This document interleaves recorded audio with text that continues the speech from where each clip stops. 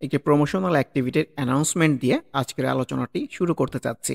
মহান বিজয় দিবস ২০২৪ উপলক্ষে ট্রেডিং বাংলাদেশ এর নিয়মিত অনলাইন কর্মশালা 50% ডিসকাউন্টে আয়োজন করতে যাচ্ছে। অফারটি এই প্রমোশন চলাকালীন সময়ের জন্য প্রযোজ্য হবে, অর্থাৎ যারা শুধুমাত্র ১৬ই ডিসেম্বর ২০২৪ এর মধ্যে রেজিস্ট্রেশন সম্পন্ন করবেন তারা এই সুযোগটি উপভোগ করতে পারবেন। আরও একটু জানিয়ে রাখি, ১লা জানুয়ারি ২০২৫ থেকে ট্রেডিং বাংলাদেশের অনলাইন কর্মশালার ফি বৃদ্ধি পেতে যাচ্ছে। বর্তমান বিদ্যমান ফির সাথে ডিসকাউন্টেড প্রাইসে কর্মশালায় অংশগ্রহণের এটি এবছরের জন্য শেষ সুযোগ হতে যাচ্ছে। পরবর্তীতে সেশনে অংশগ্রহণে আগ্রহী হলেও হ্রাসকৃত প্রাইস পেতে প্রমোশন চলাকালীন সময় রেজিস্ট্রেশন সম্পন্ন করে রাখতে পারেন। বলাই বাহুল্য, আসন সংখ্যা সীমিত এবং আগে আসলে আগে পাবেন ভিত্তিতে গণ্য করা হবে। এই সংক্রান্ত বিস্তারিত জানতে স্ক্রিনে প্রদত্ত হোয়াটসঅ্যাপ নম্বরে যোগাযোগ করতে পারেন। আসসালামু আলাইকুম, আমি মোহাম্মদ শামিউর রহমান, ট্রেডিং বাংলাদেশ থেকে। আশা করি সবাই ভালো আছেন। প্রথমেই বলতে চাই, ট্রেডিং বাংলাদেশ ছোট পরিসরে দুইটি কার্যক্রমের সাথে যুক্ত আছে। একটি অনলাইন ওয়ার্কশপ সার্ভিস, অন্যটি স্টক সাজেশন। দুটোই নামমাত্র মূল্যে পেইড সার্ভিস। ২ ঘন্টার মাত্র ২টি সেশনের মাধ্যমে এই ওয়ার্কশপটি ডিজাইন করা হয়েছে। স্টক প্রাইসের বেসিক ক্যারেক্টারিস্টিক্স এবং কিছু ইফেক্টিভ স্ট্র্যাটেজির কম্বিনেশন করে এই ওয়ার্কশপগুলো ডিজাইন করা।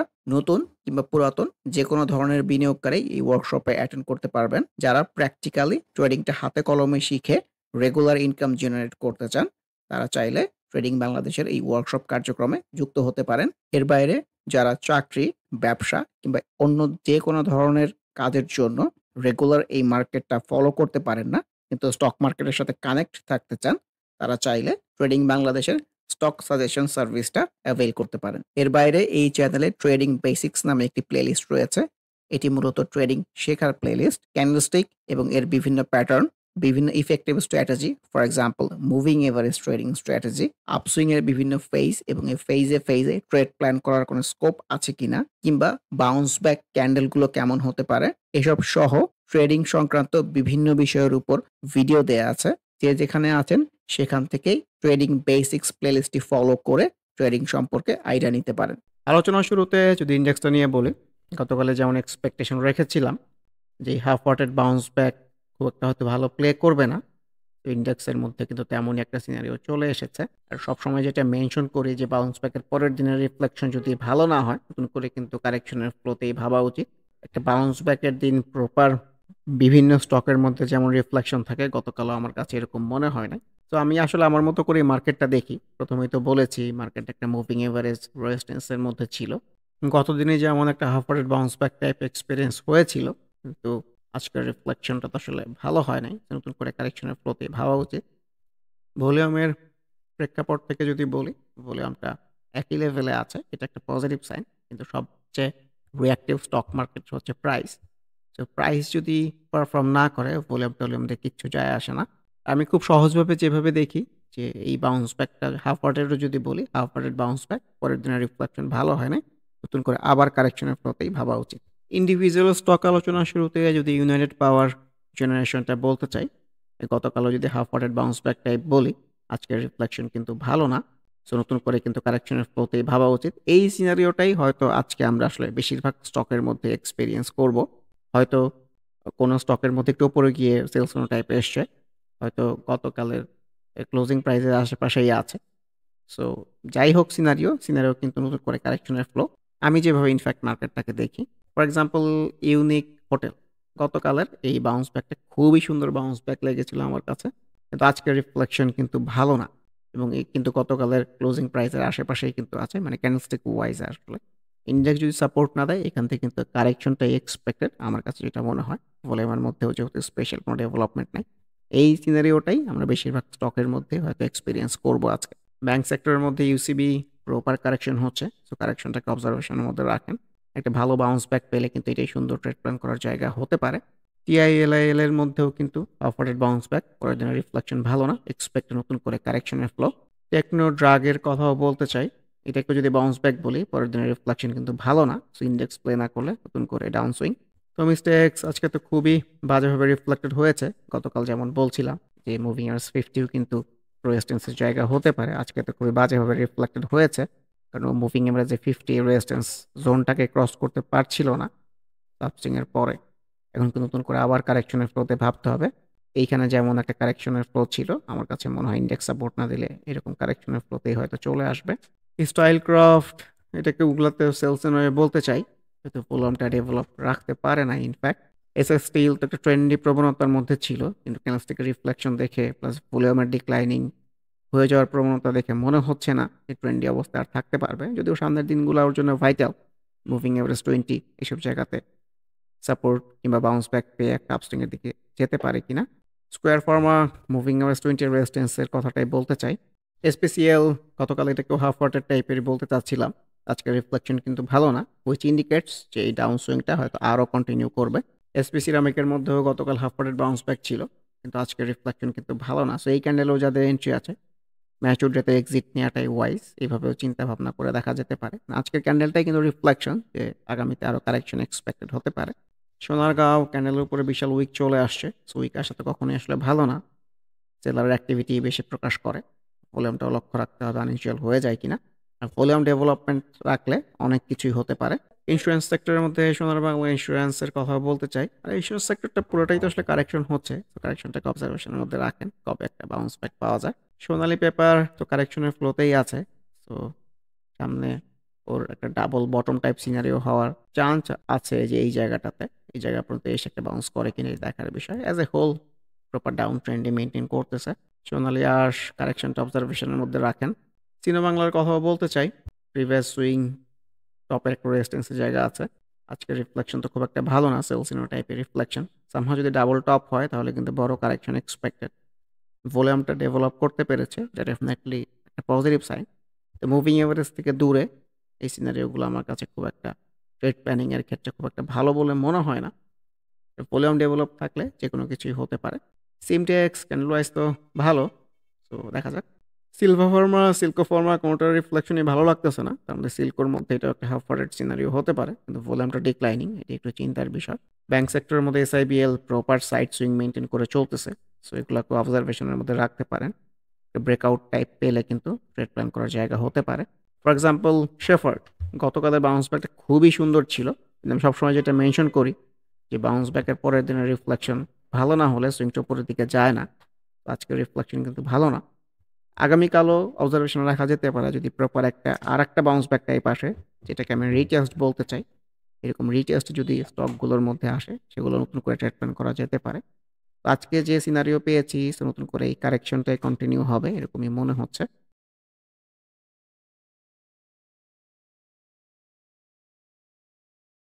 সমরিতার কথাও বলতে চাই, এই বাউন্স ব্যাকটা ফ্রুটফুল হবে বলে মনে হচ্ছে না, কারেকশনের রিফ্লেকশন ভলিউমটাও ডিক্লাইনিং।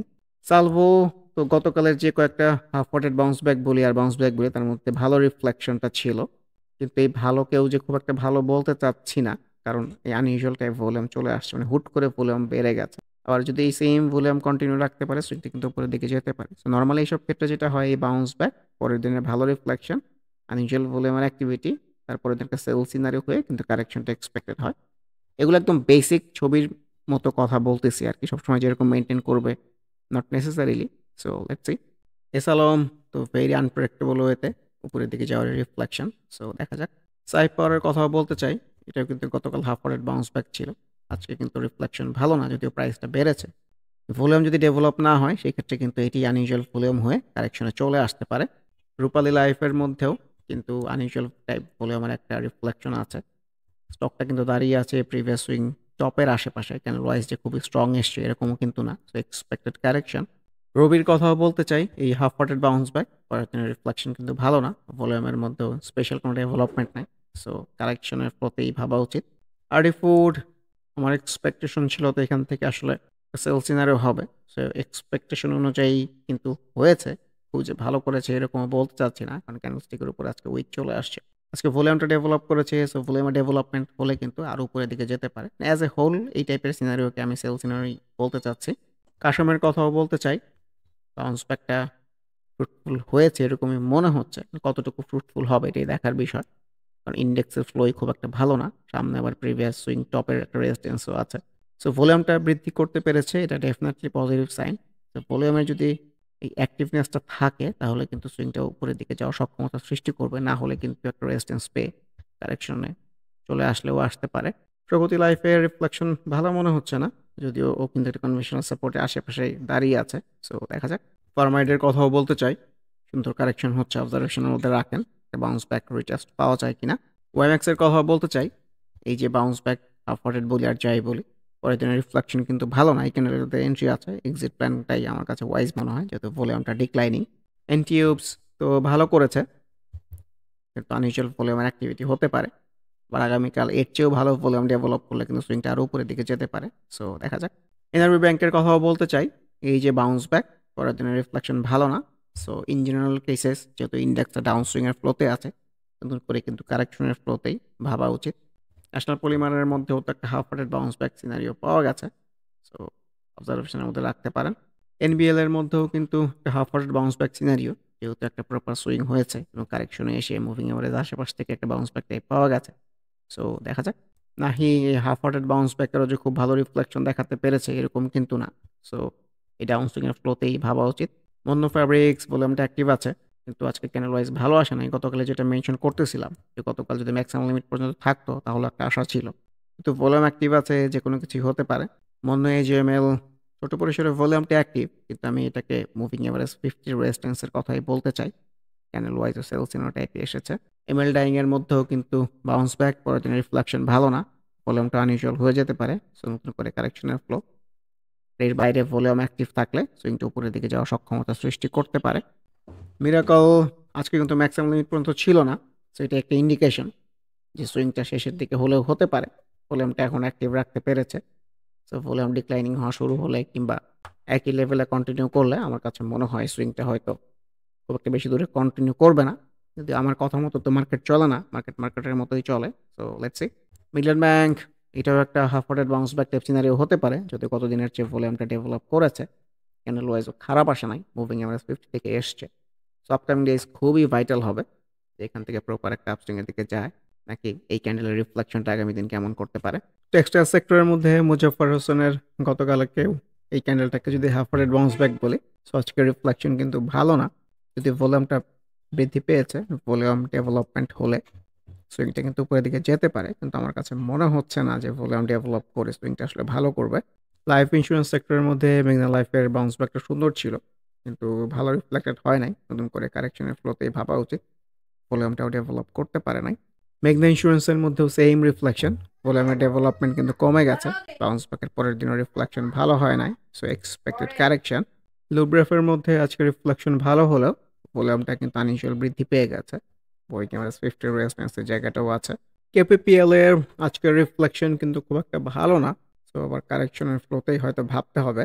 কেডিএস এর কথাও বলতে চাই, এটাকেও যদি একটা বাউন্স ব্যাক বলি, পরের দিনের রিফ্লেকশন ভালো না, যে কথাই আজকে বারে বারে মেনশন করতেছে, কারণ কিন্তু কারেকশনের রিফ্লেকশনে ভাবা উচিত, ভলিউমটাও ডিক্লাইনিং।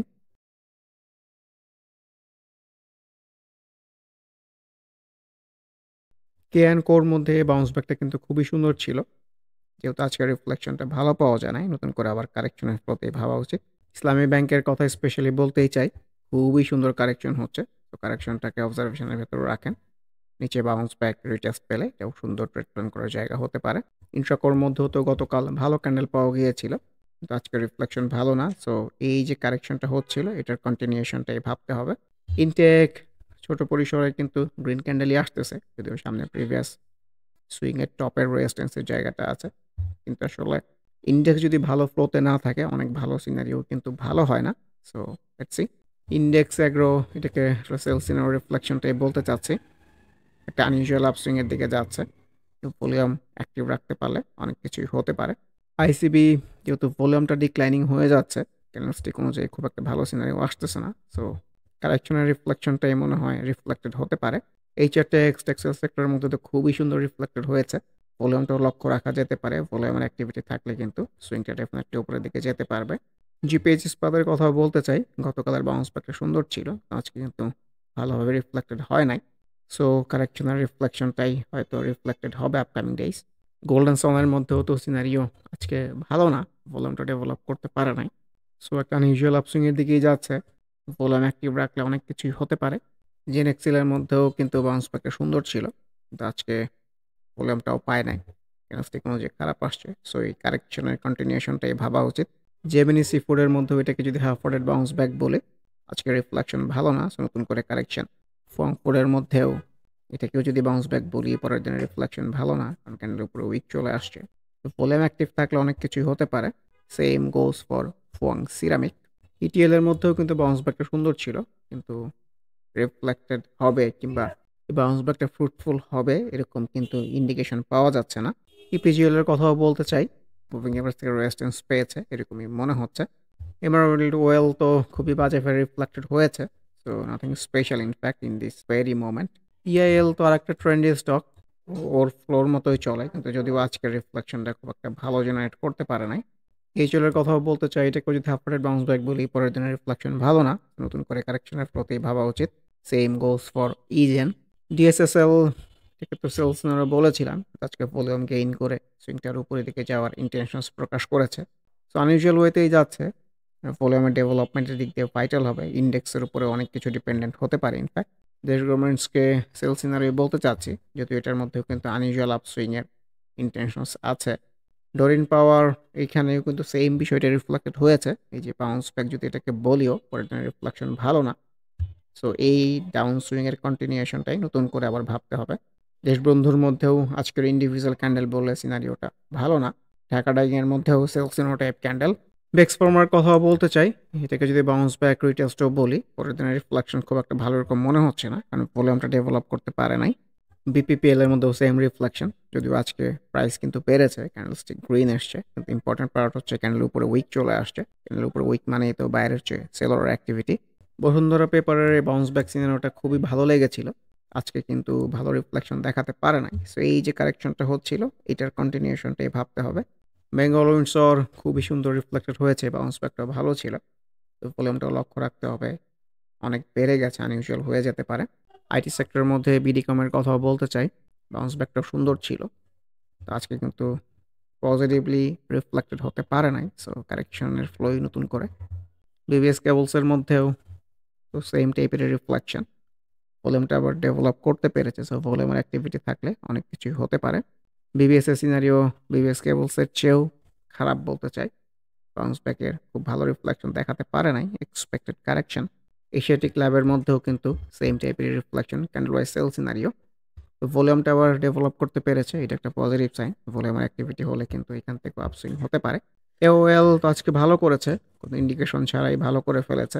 সো ভলিউম অ্যাক্টিভ রাখলে কিন্তু সুইংটা আরও অনেক উপরের দিকে যেতে পারে, এটাই দেখতে চাই এই কতদিন রিফ্লেক্টেড থাকে। আলিফের কথাও যদি বলি, বাউন্স ব্যাকটা ভালো লেগেছিল, আজকের রিফ্লেকশন ভালো না, সো এক্সপেক্টেড কারেকশন। আলহাস্টেক্সের মধ্যেও কিন্তু সিনারিও রিসেন্ট টাইমস ভালো আসতেছে না, আজকে আবার ভলিউমটা বৃদ্ধি পেয়ে গেছে, সো কারেকশন হলেও হতে পারে। এএল এর কথাও বলতে চাই, এই ছোট্ট আপসুইংয়ের পরে সেল সিনারিও টাইপের রিফ্লেকশন। আফতাব অটো এই বাউন্স ব্যাকটা ফ্রুটফুল হবে বলে মনে হচ্ছে না, সো কারেকশনের প্রতি ভাবলে আমার কাছে মনে হয় ওয়াইজ। অ্যাডভেন্টের কথাও বলতে চাই, বসুন্ধরা পেপারের মতোই সুন্দর বাউন্স ব্যাক ছিল, আজকের রিফ্লেকশন ভালো না, সেই ক্ষেত্রে নতুন করে মুভিং এভারেজের রেজিস্ট্যান্স কারেকশনের ফ্লোতে ভাবাটাই ওয়াইজ। অ্যাকমে পেস্টিসাইড আজকে গ্রিন ক্যান্ডেল আসলো গত দিনের এই হাফ ওয়ার্ডেড বাউন্স ব্যাকের পরে, উপরে আবার উইকও আছে, সো উইক আসাতে আসলে ভালো না। ভলিউমটাও পেয়েছে, ভলিউমের ডেভেলপমেন্টটা ভাইটাল হবে আপকামিং ডেজ। এসিআই গতকালের এই বাউন্স ব্যাকের কিন্তু খুব যে খারাপভাবে রিফ্লেক্টেড হয়েছে এরকম বলতে চাচ্ছি না, সামনে কিন্তু আর মুভিং এভারেজ রেজিস্ট্যান্সের জায়গাটাও হতে পারে, ভলিউমটাও লক্ষণীয়, আনইউজুয়াল হয়ে যায় কিনা। পরিশেষে ইন্ডেক্সের ডে চার্টটা নিয়ে যেটা একটু বলতে চাই, গতকালে যেমন এরকম একটা আইডিয়া করতেছিলাম, এই বাউন্স ব্যাকটা আসলে মুভিং এভারেজের অনেক কাছে, তো মুভিং এভারেজ থেকে যত দূরে গিয়ে বাউন্স ব্যাক পাওয়া যায় সেটা ফ্রুটফুল হওয়ার সম্ভাবনা বেশি হয়, যেমনটি আমরা যে এইখানে এসে পেয়েছিলাম, অনেক দূরে ছিল মুভিং এভারেজ থেকে। যেহেতু আজকের রিফ্লেকশন ভালো না, আমাদের কিন্তু এই কারেকশনের ফ্লোতেই ভাবা উচিত নতুন করে। অনেকেরই হয়তো এরকম ধারণা আছে আমি বেশি কারেকশন, বেশি সেল সিনারিও এই টাইপের কথাবার্তা একটু বেশি বলি, কারণ ইন্ডেক্সটাই চলতেছে কিন্তু প্রপার ডাউন ট্রেন্ডে।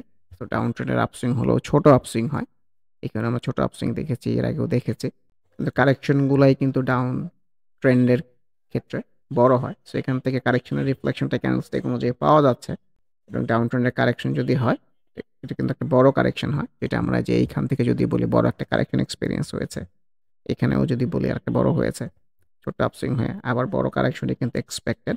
সো আপকামিং ডেইস অচিরেই এই নেতিবাচক প্রবণতা থেকে ইতিবাচক প্রবণতায় ইন্ডেক্সটা যাবে, এই আশাবাদ ব্যক্ত করে আজকের মতো ডিসকাশনটা শেষ করতে চাচ্ছি। আবারও মনে করিয়ে দিতে চাই, মহান বিজয় দিবস 2024 উপলক্ষে ট্রেডিং বাংলাদেশ এর নিয়মিত অনলাইন কর্মশালা 50% ডিসকাউন্টে আয়োজন করতে যাচ্ছে। অফারটি এই প্রমোশন চলাকালীন সময়ের জন্য প্রযোজ্য হবে, অর্থাৎ যারা শুধুমাত্র 16 ডিসেম্বর 2024 এর মধ্যে রেজিস্ট্রেশন সম্পন্ন করবেন তারা এই সুযোগটি উপভোগ করতে পারবেন। আরও একটু জানিয়ে রাখি, 1 জানুয়ারি 2025 থেকে ট্রেডিং বাংলাদেশের অনলাইন কর্মশালার ফি বৃদ্ধি পেতে যাচ্ছে। বর্তমান বিদ্যমান ফির সাথে ডিসকাউন্টেড প্রাইসে কর্মশালায় অংশগ্রহণের এটি এবছরের জন্য শেষ সুযোগ হতে যাচ্ছে। পরবর্তীতে সেশনে অংশগ্রহণে আগ্রহী হলেও হ্রাসকৃত প্রাইস পেতে প্রমোশন চলাকালীন সময় রেজিস্ট্রেশন সম্পন্ন করে রাখতে পারেন। বলাই বাহুল্য, আসন সংখ্যা সীমিত এবং আগে আসলে আগে পাবেন ভিত্তিতে গণ্য করা হবে। এ সংক্রান্ত বিস্তারিত জানতে স্ক্রিনে প্রদত্ত হোয়াটসঅ্যাপ নম্বরে যোগাযোগ করতে পারেন।